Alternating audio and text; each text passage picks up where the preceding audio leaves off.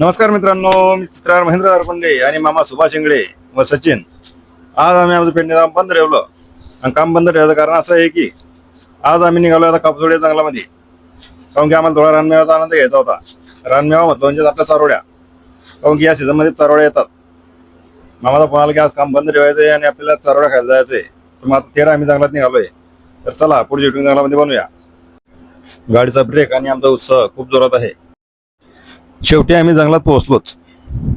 हे बघा, येथे चारोड्या आणि ऊन तापत आहे. पण या रानमेव्याची चव चाकण्यासाठी एवढी मेहनत तर घ्यावीच लागते. हे आहे कापूसवाडी शेवग्या जंगल. तर आता आपण जातोय चारोळ्यांच्या झाडाकडे. तर हे बघा, मामा तिकडे पुढे गेले.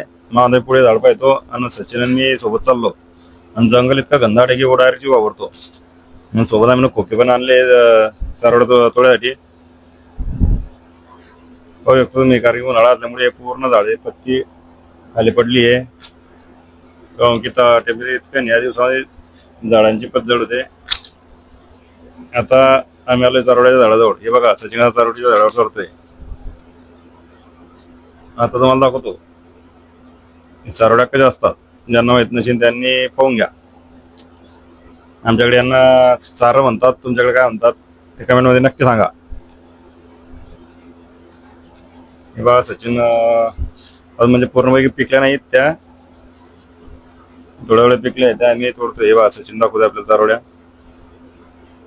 व तुमच्याकडे चारांना काय म्हणतात आम्हाला नक्की कमेंट मध्ये सांगा. आणि रोज पेंडे कापड येते, पण आज जंगलात अशी वेगवेगळी मजा घ्यायला खूप मजा येते. जेव्हा आता मी आणि मामा झाडावर चढलोय आणि आमची स्पर्धा लागली की सर्वात जास्त चारोळ्या कोण तोडते. आणि खूप मजा येते. काहून की रोजच्या रोज काम काम काम. आज नुसतं चला फिरू, मस्त मजा करू. आणि कामात असा एन्जॉय नक्कीच पाहिजे. हे बा, काही कच्चं आहे, काही पिकलंय. खूप भारी लागतं, टेस्टी. खूप छान.